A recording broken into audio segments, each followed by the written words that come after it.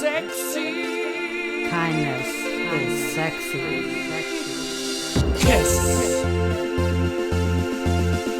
Kindness is sexy. Kindness is sexy. Hi, it's Mary Ellen O'Neill Magley with KIS, Kindness is Sexy. And tonight I'm here with Joe DaSilva, and we are at the Portuguese Bake Shop and Chicken House. And I wanted to talk to you about the things that you're doing in the community. That yes, you have your bake shop, you have the chicken house, but you do something in the community that it really touches my heart. I am all about homeless. I'm all about helping people who are in need. And you and your wife are always out there. And I keep seeing your posts all the time. When you're out there in the cold, you have, not only do you have food for homeless, but you also have clothing and is it hats and mitts and things like that? Yeah, Mary Ellen. So what we do is we try to give back a little bit to the community, as we believe that helping others is also part of our journey in life. Absolutely. And my lovely wife Claudia, so she got this contact for Bowls and Blessings, basically, and they are a group of people that help homeless and the ones in need. So Claudia did approach them and says, you know what, yeah, we want to participate on what we can, and so we do, deliver, big pots of soup, which I bake in the morning. And we take it down, and I like to serve, the days that we go down there. Usually we do it once a week, and we go, serve food for the less fortunate. And at the same time, we have a great group of friends, and in this case, I would like to mention our Highwaymen, our family of brothers. Thank you for the donations that they have come out and gave it to me to take down to these people. And so we donate clothing, we donate soup, and sometimes we did just around Christmas, we did hot meals, we cooked them here, and myself and one of our friends, Jack, we went downtown looking for homeless and gave them a nice warm meal and some sleeping bags and some clothing and boots, etc. So I know it was Christmas. I know that it does make a difference, and we all should be doing something, because only doing it together that we can make that difference, right? Well, it was funny because I had done a KIS interview with Jack and Darren when they were doing the sleeping bag drive, which I think they're still kind of doing even through the rest of the winter. Yeah, I think so. Also the other day, so one of our brothers, Darren, you just mentioned, so he came down, and they had a bunch of stuff in his car. He had clothing and stuff. So and together with our other group here of Toronto Highwaymen, we collected a bunch of clothing. We put it all in the truck and we took it down, and we give it to the needed ones. So you and I had this conversation before we started our interview. You were talking about a specific story, a specific gentleman that you had met while you were out. And this is a gentleman who's been on the streets, a young man, and you were explaining to me how even though you wanted to give him things, he wanted it to go to someone more needy. Yeah, it was definitely very touching. This is an individual that is sleeping in a bus shelter on Queen Street, and we saw it, we stopped, and I approached him and I asked him, hey, would you like a warm meal, a hot meal? And immediately the individual said, yeah, of course, I would love one, So we came to God, we bring him a hot meal, and he loved it. And we noticed we still had some few sleeping bags and some other clothing in the car as well. And we asked him, let's give you a new sleeping bag, as the one he was wrapped in was, had a little rips and stuff like that. Yeah. And the answer we got was, I don't need it right now. Go and look for somebody else that needs it more than me. And that happened the same thing with a pair of boots we wanted to give him. And he said, my boots are ripped, but I'm still okay with them. Find somebody else that needs it more than me. And that was touching, I got, tears on my eyes. You get choked up. Yeah. That's one of the things that I've always known about people who are on the streets, is they always want to help someone else before they get helped. Absolutely. That's something I've noticed my entire life in helping people. And you know what? And Mary Ellen, that touched me. That really touched me. And I sat down in the car, and I was in a jack at that time, and I said, look at this, you know, like you would never see any other human being do that in the conditions that he was in, right? Yeah. And he thought about the next person. He thought about someone else that needed more than him. Yeah. And yet here he is sleeping in a bus shelter. Yeah. So that was very touching. And I do believe that by us doing good to others, you know, besides making you feel good, I think we can make a difference. And I hope we are making a difference. I think so. I get excited every time I see your posts because I watch and I see how when people come up, how excited even they are. I think that when it comes to giving back, people are so concerned right now about themselves with COVID and everything. People are forgetting. I know they're angry about COVID. I know they're tired of things like that. But they forget that there are people out there that have nothing. And even though they have nothing, they're still willing to give in the sense of this gentleman. He had nothing, yet he still wants you to give what could be given to him to someone else. And I think that's something that we all need to remember. And I honestly believe that if we start taking a different approach to life, like that approach of giving back instead of worrying about what comes to us, I honestly think that we will be a much better world, a much better community, and giving back to your community is huge. Yeah, 100%. I do agree with that. And I always say, you know, to all my friends and family, you know what, like, if you do have something that it doesn't fit or it doesn't, you don't use it anymore, don't throw it out. Yeah. You know, like, just give it to me and I'll find somebody that needs it. And I just want to mention, somebody today texted me, and also was a little touchy. A friend of mine texted me and said that her mom is not feeling well. So she went and she's taking her to a home, unfortunately. Oh. And she reached out and she asked me, Joe, I have a bunch of stuff here, like what do I do with it? And I says, I know exactly what to do with it, right? So I did contact a few organizations in the area, in our neighborhood, that provide to the needed people and homeless and stuff. And we're going to donate a bunch to, you know, people that need. And this is how I can make a difference, is that letting people know that don't throw anything out, you know, because there's people that can really use that stuff. Absolutely. And there's people that unfortunately are not as lucky as we are, but they're humans and they're beings that need help, right? Absolutely. And I think that to a certain extent, some of these people didn't ask to be there. Sometimes it's a sickness, sometimes it's just simply, you know, life. Yeah. We need to look after each other, that's what I think. I agree. And by doing that, I think the world would be a better place to live. I absolutely agree. My parents, I grew up always volunteering, and my husband and I have been volunteering for years. It makes us feel good.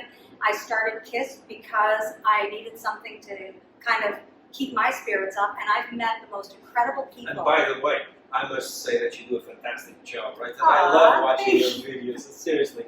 And I do watch it, and because it makes sense, and the way that you approach things, and the way that you choose your guests, it's real people.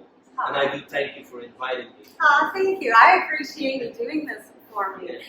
One of the things I wanted to mention too was the fact that you are down in Toronto on Bloor Street. So I thought maybe we could talk about where you're located, and if people did want to get in contact with you to see, maybe they have something that they can donate, so that when you do go out. Absolutely. So we are here, and I want to make it clear that this is just for the purpose of helping others. And what I do want to say is that we are located at 3816 Bloor Street West at the corner of Bloor and Kipling. And if you do by any chance have any clothing that doesn't fit, or any household stuff that you don't use anymore, and in usable condition, just come by and just donate, because we'll take it and we'll take it to people that need. And we're doing that, you know, on frequent basis. We're doing that with our brothers from the Highwaymen, all chapters in general, from the Pamper Law to the Toronto to the Tri-County, and we're all together in this. We're all trying to help as much as we can and give back to the communities, especially to the ones in need. So if people are wanting to connect with you, how would they get a hold of you? Do you want them to email you? Do you want them to You call can you? simply call. I mean, you can call me directly. My cell number is 416-939-9276. You can call the Portuguese Bake Shop and Chicken House at 647-350-2442. And again, we are located at 3816 Bloor Street West in Etobicoke at Bloor and Kipling. I was hoping that you would let me know what it was that got you started, just even with the whole bakery idea, which is in turn what got you started helping the community as well. Well, this is an idea that we had for a long time, and mainly my wife Claudia, and as you know now, I love her. Thank you. As you know now, like my son James, my oldest son James, James Edward, is actually managing both stores. Right. And my youngest son works part-time. He's still in college.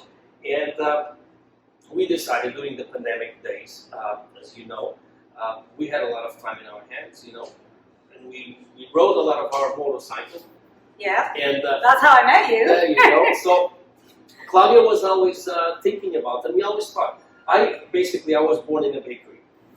My parents owned a bakery back home, and since I remember, since I was a kid, I used, to play with the breads and to help my mom and dad, You didn't mention where back home is. Oh, back home is in the Azores, mainly Terceira Island. In Portugal. In Portugal, there you go. For those of us who are not Portuguese. Not Portuguese. Irish people. And so Claudia and I were riding one day, and she looked up on the side of this space, and they had a for lease sign on it. And she told me, she said, "Listen, that would be the perfect spot for our Portuguese bakery." Ah. And so it started, and we saw the space, and it was bigger than what we thought, and therefore we didn't know at the beginning what to do with the extra space, and then we decided to, what would go better with bread and Portuguese bakeries than chicken, right? So therefore the chicken had hatched. So we started this. We opened in June the 10th on Portugal Day. Because as you know, it's the Portuguese Bake Shop and the Portuguese Chicken House. Yes. So I thought it would be the only right thing to do, but to open on Portugal Day. I think that's awesome. So we opened on June the 10th. We're going now to close to our 7th month of operations. Yep. We opened up during COVID. Crazy, right? But I always believed that this would be better one day, right? I always believed that we needed positive things in life. People would come and see a new place, it would cheer them up a little bit. Yeah. And of course, we do have the best Portuguese custard tarts, aka natas, in Toronto, right? So definitely is a spot to be. We have like the nicest Portuguese breads as well. So yeah, it's a variety of things that accomplish our success, I think. And by doing that and getting all the community around us involved in our business and coming in and checking this out, like I feel that it's only fair to give back a little bit. I agree. And a little bit is never enough, right? So we try to do as best as we can. But every little bit counts, and that's one of the Absolutely. things that as soon as I had seen even the first post that you had made, I thought, wow, what a great idea, getting out there. And it shows that as a business owner, you're not just sending someone who works here out. You and your wife, Claudia, are both going out yourselves. Yes. You're out in the cold, you're taking food, you're taking clothes, you're meeting with the people. You're not just saying, here, have this and go. Yeah, no. You actually meet with them and talk to them. Yeah. I think that's so important. Plus, It feels good. It feels good. It feels good when I get that spoon in it and then fill that bowl and give it to these people. Say, you know what, I made this for you today, I love right? it.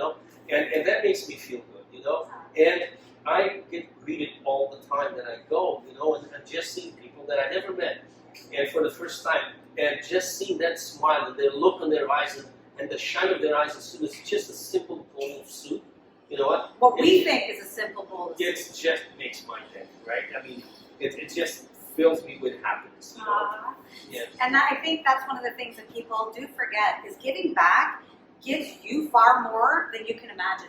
You think that giving back it's everything for the person who's receiving, but you get so much out of it.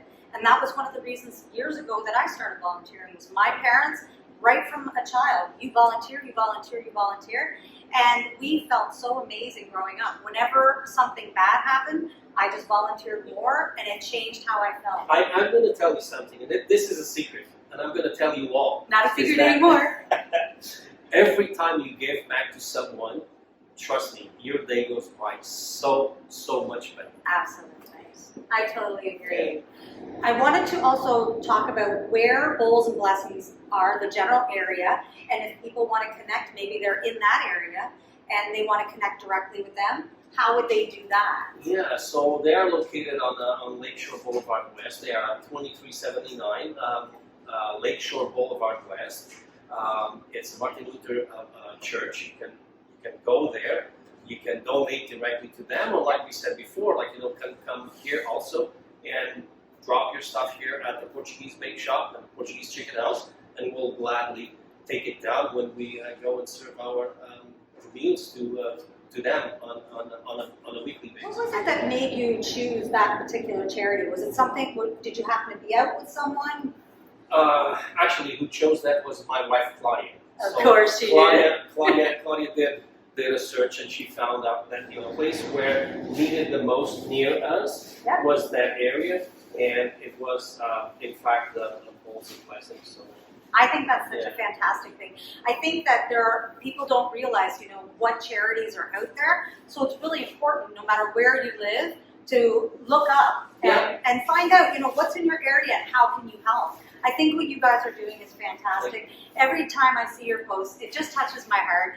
Homelessness will always be very, very close to my heart. Everyone who knows me knows that it's very close to my heart because of the youth shelter that I worked for, and I will still help out with the shelter. You never know why they're in the position that they're in. So a lot of people will say, oh, these people choose to be on the streets. You have no idea what put them there. It could be, something as simple as they've lost their family. It could be something that, maybe mental health issues. Nobody knows what it is to cause them. Multiple reasons. You got that right on the spot there. It could be a disease. It could be someone that's sick.